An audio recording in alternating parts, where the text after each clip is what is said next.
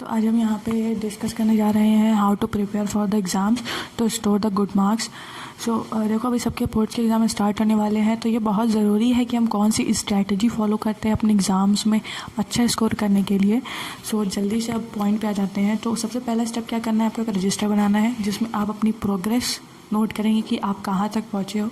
ठीक है, अगर रजिस्टर अभी भी हो तभी भी रख सकते हो, और उसमें सबसे ऊपर लिखना है आज की डेट क्या है और जिस दिन आपका एग्ज़ाम स्टार्ट हो रहा है उसकी डेट लिखनी है। नेक्स्ट क्या करना है ना कि आपके जितने भी सब्जेक्ट्स हैं उनका पूरा सिलेबस, कौन कौन से टॉपिक्स पूछे जाते हैं, उसको प्रिंट आउट करके निकाल लो।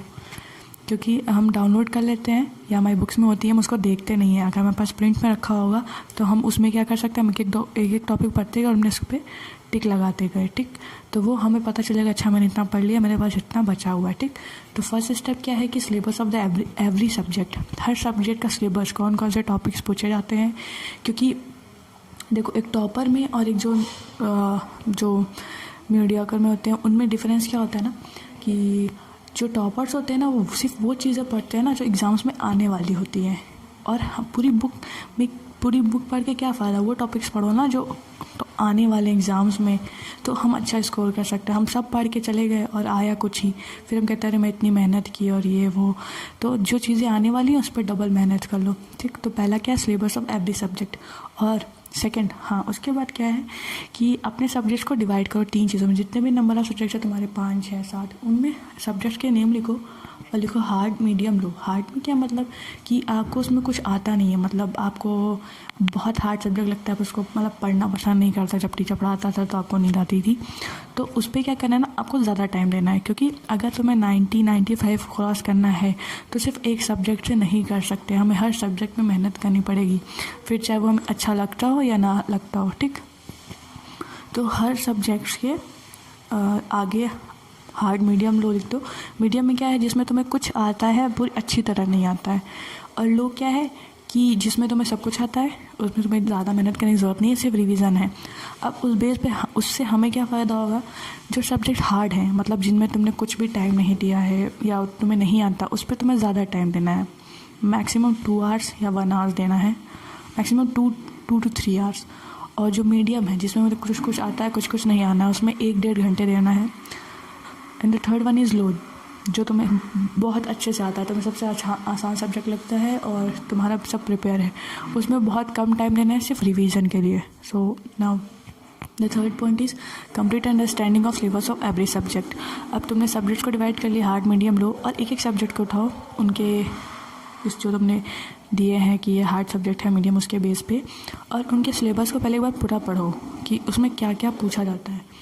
उसके बाद मतलब पूरी अंडरस्टैंडिंग होनी चाहिए, अच्छा इस टॉपिक से, इस चैप्टर से ये टॉपिक पूछा जाता है, ये चीज़ें हैं। सिर्फ उनको रीड करना है, उनको याद नहीं करना है, क्योंकि हमें एग्ज़ाम में जाकर सिलेबस नहीं लिखना है। ओके, उसके बाद फोर्थ क्या है, अभी कुछ पढ़ाई नहीं करनी है, सिर्फ अभी समझना है। ठीक है, फोर्थ में क्या है, get a 10-year paper. 10-year paper एक बुक आती है, उसमें क्या होता है कि हर सब्जेक्ट के 10 ईयर्स के पेपर्स दिए होते हैं और सॉल्यूशंस भी दिए होते हैं, तो हमें वो ख़रीदना है। बस वही एक बुक ख़रीदने के लिए बोल रहे और कुछ नहीं, वो ख़रीदना है। 4 to 5 डेज़ सिर्फ क्या करना, उस पेपर को देखना है, उसके क्वेश्चंस, एक क्वेश्चंस को स्टार्टिंग तो लेके एंड तक पढ़ना है क्वेश्चन को, समझना है कि क्वेश्चन कैसे पूछे जाते हैं। उसके बाद जब क्वेश्चन पढ़ रहे हो ना तो तुम्हें एनालिसिस करनी है पेपर की। क्या कि जैसे सपोज़ तुमने एक सब्जेक्ट उठाया, सपोज़ साइंस उठाया, अब तुम्हें देखना है कि साइंस में 2008 में क्या क्वेश्चन था, 2009 में, 2010 में। सपोज़ तुमने 3 पेपर की एनालिसिस की, तो उसमें ये देखना है कि कौन कौन से कॉमन क्वेश्चंस थे, कौन कौन से ऐसे क्वेश्चंस थे जो रिपीट हो रहे थे। और उसी के साथ साथ ये भी देखना है कि क्या कोई ऐसा क्वेश्चन था जो तुम सॉल्व कर ले गए, कोई ऐसा क्वेश्चन था जिसमें तुम फंस गया, बिल्कुल ही समझ ही में नहीं आता ये क्या है। अच्छा, इससे क्या होगा कि तुम खुद की भी एनालिसिस कर रहे हो कि तुम्हें कितना आता है, कितना नहीं आता है, तुम्हें कहाँ कहाँ पे मेहनत करनी है और कहाँ कहाँ पे थोड़ा कम एफर्ट लगाना है। और इस एनालिसिस के इसको 4-5 दिन करना। और जो कॉमन क्वेश्चंस हैं, अगर तुम्हें लगे ये तो बार बार रिपीट हो रहा है, ठीक, तो उसको एक जो रजिस्टर बनाया होगा उस पर क्वेश्चंस लिखते जाना, इस सब्जेक्ट से ये था। इससे ये होगा ना, लास्ट टाइम पे जब तुम्हारा एग्ज़ाम आएगा तो एक बार उस क्वेश्चंस के थ्रू जाओगे तो तुम्हें थोड़ा सा उन क्वेश्चंस को देख के जाना। क्योंकि मेनली ये होता है ना कि 1-2 क्वेश्चंस रिपीट होते हैं एक्चुअली ये होते ही हैं, तो तुम्हें बहुत हेल्प मिलेगी।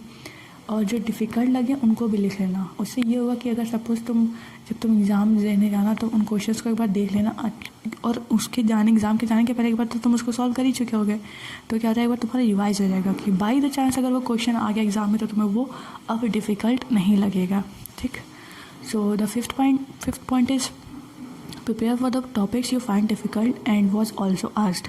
जब क्वेश्चन के एनालिसिस कर रहे थे, अभी जो बताया मैंने कि उन क्वेश्चंस को फॉलो करो जो तुम्हें डिफ़िकल्ट लग रहे थे और तुम सॉल्व नहीं कर पाए और वो एग्ज़ाम में पूछे भी जा रहे थे, उनको प्रिपेयर कर लो उसी टाइम। जैसे ही सामने आए क्वेश्चन वो तुरंत प्रिपेयर करके काम ख़त्म करो, बात का नहीं कुछ होता है। ठीक, उसी टाइम प्रिपेयर किया, ख़त्म कर दिया question.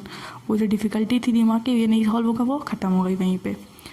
Now the step 2 is, जब ये सारी चीज़ें तुम्हारी हो जाएँ, टॉपिक्स प्रिपेयर हो जाएँ और ये तुमने एनालिसिस कर लिया है, स्टेप 2 क्या है, मैं फर्स्ट है क्या, रिवीजन।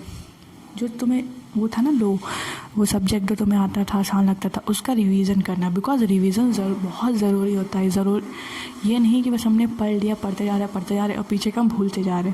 तो revision is a must. Revision के लिए एक काम कर सकते हो कि सुबह उठ के 4-5 बजे 1 घंटा शेड्यूल बना लो कि 1 घंटे सिर्फ रिवीजन करना है। रिवीजन ऐसा नहीं कि क्वेश्चन 1 उठाया और उसको पढ़ते जा रहे तेज नहीं। रिवीजन क्या होता है, बस पेज पलटते गए और देखते गए, हाईलाइट्स लगा लिए, बस हाईलाइट चीज़ देखे, अच्छा ये बस करते। रिवीजन ये नहीं होता है कि पढ़ने लगे फिर से दोबारा। ठीक। Next is read and have understanding of the left topic. हाँ, जो स्टेप 1 में था उसमें तुम्हें सारे सिलेबस के थ्रू जितने भी जो क्वेश्चंस पूछे जाए थे वो देखा था तुमने, जो इम्पोर्टेंट थे। इस स्टेप 2 में तुम्हें ये करना है, जब तुम्हारे पास टाइम बचा है कि नहीं, अभी एग्ज़ाम में और भी टाइम बचे हैं, तो सिलेबस उठाया, वो टॉपिक जो तुमने छुए नहीं हैं उनको भी एक बार पढ़ लिया कि बाय द चांस अगर वो क्वेश्चन आ गया तो तुमसे छूटे नहीं। ठीक। तो जो इम्पोर्टेंट थे वो तुमने फर्स्ट स्टेप में कवर कर लिया, जो लेफ़्ट वाले जो बचे हुए थे वो तुमने सेकेंड स्टेप में कवर कर लिया।